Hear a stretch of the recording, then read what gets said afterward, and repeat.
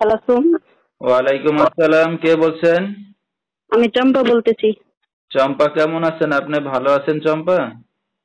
জি, মোটামুটি আল্লাহ রাখছে ভালো। মাশাআল্লাহ, ভালো আছেন। চম্পা, কোথা থেকে বলতেছেন? আপনার দেশের বাড়ি কোথায়?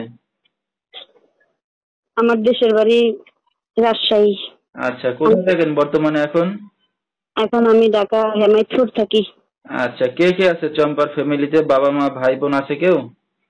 আমার একটা বোন আছে, বোন বিয়ে হয়ে গেছে, শ্বশুর বাড়ি থাকে। আমার বাবা মা কেউ নাই। আমার একটা ছেলে বাচ্চা আছে, আর আমি আর কেউ নাই আমার। ঠিক আছে, তো আপনার বিয়ে শাদী হয়েছে না? তো হ্যাঁ, আমি বিয়ে শাদী আপনার হয়েছে। স্বামী কোথায়? আমার স্বামী মারা গেছে। দুঃখের বিষয়। কতদিন আগে আছেন এখন?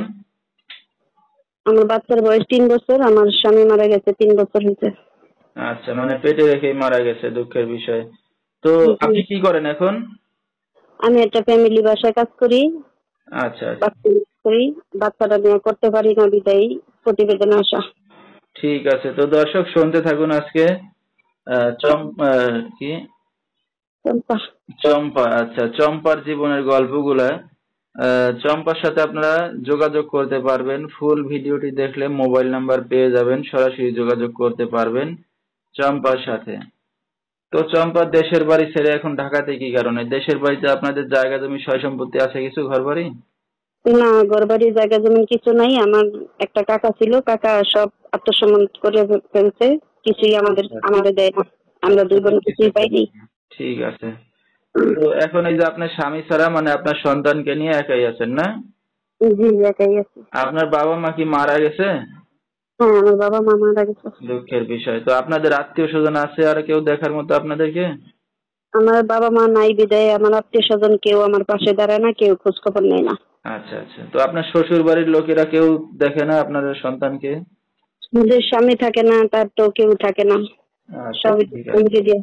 হ্যাঁ হ্যাঁ।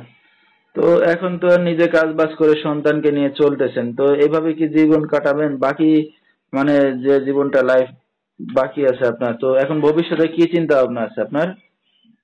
জীবন এভাবে কাটাইতে চাইছিলাম, কিন্তু বাচ্চাটা নিয়ে কাটাইতে পারতেছি না। একটা মেয়ে মানুষ, মনে করেন, চলতে খুবই কষ্ট। তাই একজন ছেলে মানুষ হাত ধরতে চাইছি, তার জীবনে জড়াইতে চাইতেছি।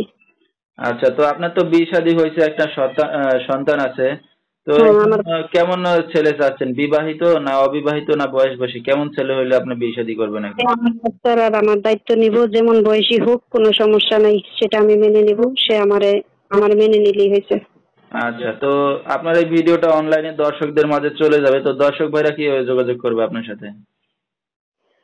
হ্যাঁ, ইমো, আমার এই নাম্বারে ইমো খোলা আছে। ইমোর মাধ্যমে যদি কল দেয় তাহলে আমাকে পাবে। আমি তো একটা ফ্যামিলি বাসায় কাজ করি। আচ্ছা, তাই। মানে হয়তো সবসময় হাত মুঠো ফোনে পাবে না, এই মতে হয়তো কথা বলতে পারবে আপনার সাথে, সুবিধা হবে, এই তো। জি জি। আচ্ছা, নাম্বারটা বলতে পারবেন আপনি? না, নাম্বারটা তো মুখস্থ নাই হাতে। আচ্ছা, ঠিক আছে। তো দর্শক, নাম্বারটা স্ক্রিনে পাইছি বলে সেই নাম্বারে যোগাযোগ করলে চম্পাকে পেয়ে যাবেন। যেহেতু স্বামী ছাড়া গত 3 বছর ধরে একা আছে, বাবা মা নাই, এতিম একটা মেয়ে। তো তার একটা সন্তান আছে। তো সবকিছু এখন জেনে শুনে কেউ যদি তার দায়িত্ব নিতে চান বা বিয়ে শাদী করতে চান, তার পাশে এসে দাঁড়াতে চান, সরাসরি এই নাম্বারে যোগাযোগ করলে চম্পাকে পেয়ে যাবেন। 01941872686, এই নাম্বারটাই হলো চম্পা। তো চম্পা, আমরা অনুষ্ঠানের শেষ পর্যায়ে, কিছু বলার আছে আপনারা? জি না, আমার এখন কিছু বলার নেই। আচ্ছা, ঠিক আছে। তো দর্শক, বিস্তারিত জানতে